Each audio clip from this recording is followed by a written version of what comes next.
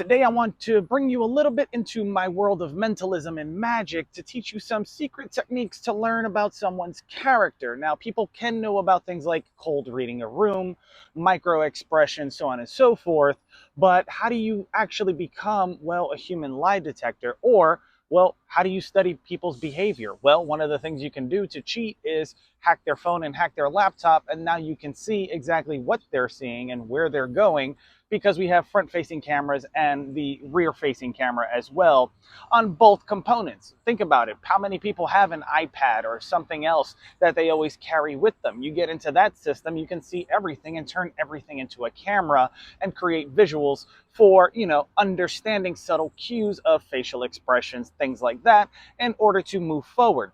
Now, one of the techniques that I learned a very long time ago, if you ever seen the movie Three Ninjas, right? Three Musketeers, whatever. Three Ninjas, there was a part in there where they had a training dummy. And the grandfather was just saying to them, light up the eyes, meaning to hit the soft spots, the targets on the body that would light up the eyes on the dummy. Well, you can do this with simple communication and speech. And when somebody, for example, I had someone asking me questions about the Bible, so on and so forth. And she was like, oh, does this mean when they were taken from a man, the rib was taken from a man is because the ribs protect the heart, so on and so forth? And my eyes lit up and I said, oh, she's getting curious. She's also moving closer to discovering something. Let's see if she has understanding. Because although my eyes, it's natural because it's a, how do I say this? It's a subconscious body reflection that occurs, right? So you see yourself in the mirror, that's one thing. You see yourself in the mirror and then you have something on your face or something else that says something, your eyes will flex to a certain point. The eyebrows may raise, but the actual iris will actually dilate, so on and so forth. If they're wearing sunglasses, if they're not wearing sunglasses, you can also see this in the flexion of the muscle or the muscle features within the face as you're doing communication. Now, the reason why I say this is because, well, you want to combine the two. Think of it like playing chess. Remember, not everything is black and white, but if you're playing a game of chess, it's hard to communicate and talk on one hand. If you saw the movie Searching for Bobby Fischer, the street players are always able to, for some reason, talk about something else while playing a game, managing a strategy, and knowing where the pieces still are as they're having a different communication style with the other player. Some players can play like this, others cannot. So when you're trying to understand a character, you have to understand, well, you have to first be vulnerable so that they can understand you, and vice versa. That goes on to Brene Brown. But it's a mirrored reflection, and then of course the other person will pick up on that mirrored reflection, at least seeing it once or twice, remember it because it was out of the ordinary, and then recall it later depending on the length of their long-term or short-term memory. Now, I know that was a lot, but remember, you want to light up the eyes. So if I state something that may come off as, how in the world did you know that? How did you do that? How did, when you said, I'll make you believe in Christmas again, what did you mean by that? I think you're starting to understand what I'm saying. So, these are some of the things and the characteristics and the terminology that I would use a long time ago when I was teaching people to how to get away with, well, not murder, but saying whatever it is that they wanted to say without getting in trouble, if that's the case. I had a great Marine that was under my charge, female, by the name of Thayer, and I knew she had a mouth on her. No offense to her, she was a blonde, so I knew she liked to have fun, no pun intended. But I said, oh, you like to have fun and, test the boundaries. I'm going to show you all the ways to say what you want to say without getting in trouble. But first, you need to study the punitive articles and the laws so that you can get away and play in the gray area so that you can walk a line. Similar to the black and white here, there's always a line that shows parameters or borders or boundaries, so on and so forth, right? So think that way. Now, moving to the next technique, it's more so of a first we try and then we trust. In another video, with some other people, I discussed, how did life and creation, and we got on the topic of spirituality. And if you haven't seen CLASS, which stands for Creativity, Logic, Art, Science, and Spirituality, and how it all comes together, it's a way of thinking better. So first we try and then we trust. Well, God created a man, right? Hue is a color, which is what you are, right? The color of skin that you are, and then man is what you are, right? So human, so on and so forth, etc. Now, There was one person said, okay, I want you to try to take care of yourself and take care of the things around you, so on and so forth. Go out and name the animals, name the plants, name the trees, the leaves, so on and so forth, etc. Great. Now that you've proven you can take care of yourself and the surroundings around you that help keep you alive, I'm going to give you something else that is going to quite literally be just like the thing that's keeping you alive, i.e. Mother Nature, right? So now we have to try. We're going to try this out. First, we tried it with the man. Now the man has to try it with the woman and teach her what was taught to him, right? Because it has to go in that direction. Now, the reason why is because, well, the woman was supposed to replicate and have more individuals come out. It was going to be a self-generating process, kind of like the school system, right? So you think of public school, you go into school, and eventually you get workers, so on and so forth, that work a 9 to 5 because they've been groomed socially and economically. Now, when I was talking to this individual, she wanted to pull out oracle cards or tarot cards, etc. And as I said, I lit up the eyes for first and foremost. You know, I did my cues and my checks and everything. And I said, do you know what you're doing with that thing? And it's kind of like if you've ever seen the movie Zorro, where Antonio Banderas, hold on one second, truck passing by. But in the movie Zorro, there's a part where Antonio Banderas meets with Anthony Hopkins and he has a sword and he's trying to teach him how to fight. And Anthony Hopkins pulls out a sword and he starts swinging it around. And it's like, do you know how to use that thing? And he goes, yeah, the pointy end goes into the other guy. And Zorro or Anthony Hopkins goes, ugh, this is going to take a lot of work. You know, it reminds me of when I used to train people in the military and, you know, they thought they were big and bad because they had a weapon or a gun or they had some insider knowledge or whatever. But I said, do you know how to use that thing? And they're like, oh yeah, you pull the trigger, you aim and shoot and it kills the other person. Oh, this is going to take a long time, right? Or when I was doing martial arts training, hey, do you know how to use those weapons? Do you know how to use why you're being taught all this? Because when you reach a certain level, like if you become a black belt, they say that once you're a black belt, you're now ready to start using martial arts and learning martial arts because you learned all the basics in order to reach the first degree black belt and then moving forward, right? So depending on what ranking you are, you have a level of understanding. Now, when I lit up the eyes and I asked her about the oracle cards, I misquoted and I called them tarot cards. She goes, no, they're oracle cards. I said, why are they called oracle cards? I mean, have you heard of the Oracle of Delphi who tricked and told Leonidas, so on and so forth, at least in the movie, it pretty much came down to money, right? Gold. And long story short, it was either the city goes or the king goes, and the king accepted his fate and, you know, the city survived. And then, of course, you saw what happened in the second 300, where the armies now came and everybody else and the reinforcements and backup was now here. So they didn't understand this. So I pulled out a deck of 52 playing cards, being the magician that I am. And I said, what's something that your deck of cards can tell me that this deck of cards can't?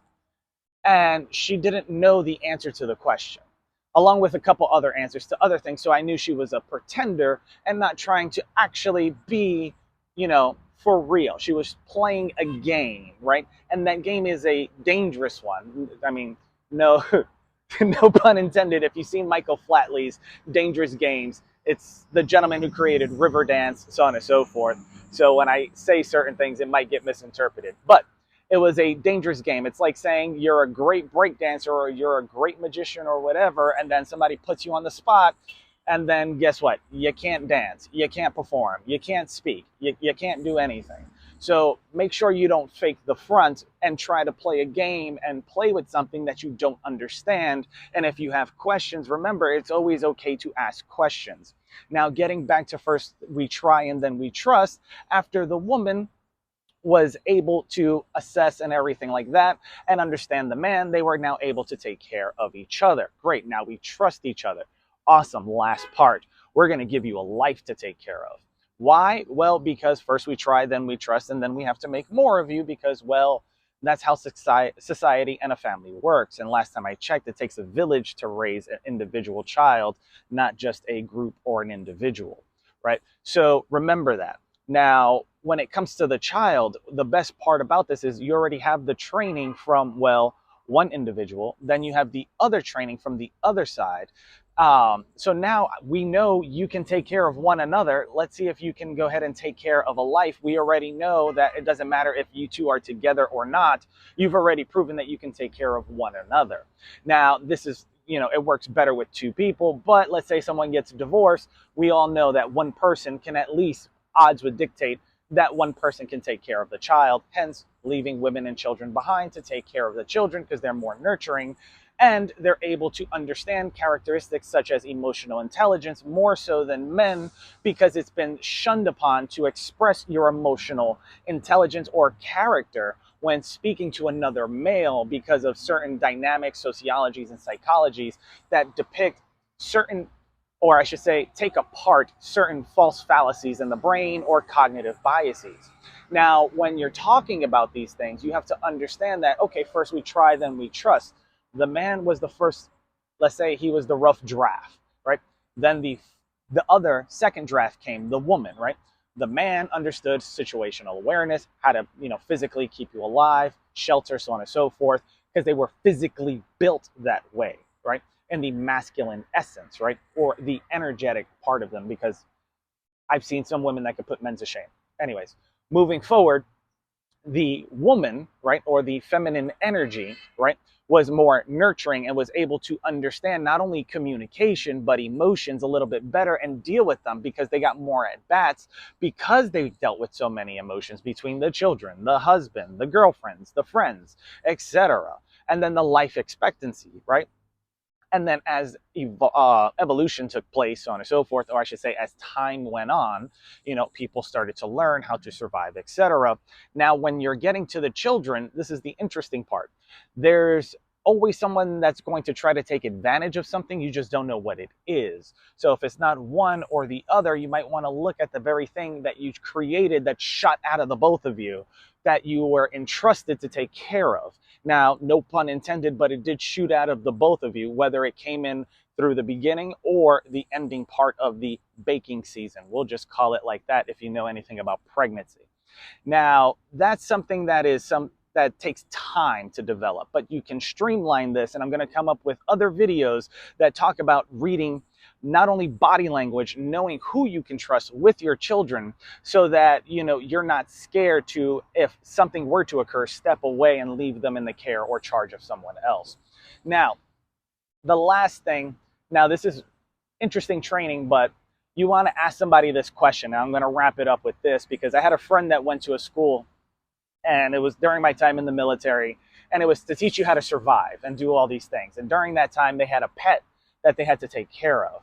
Well, after that time, got to a certain point, they had both men and women in there, and, each team had a pet. Well, they ran out of food. And the main reason was to see if the person that was their friend, right? This is how your best friend can become dinner. If they can kill their best friend, i.e. the pet, and eat it, right? Now, this is going into SERE training or other trainings that go on for survival and evasion and rescue and escaping and things like that. But they wanted to see if they had the capacity to do so. Now, one group was able to, the other group was not because of the emotional connection. So think about this. Imagine if you had a dog or a pet or whatever, and then you got really hungry, and instead of selling your dog, you decided to kill and eat it. You can't get it back. You can't pay the $50,000 like Sylvester Stallone, but you decided to kill it and eat it, right? Now, that develops a certain psychological mindset that is set for a certain particular group of people that, well, I'm not going to say they're great at listening to orders because they're not at all the time.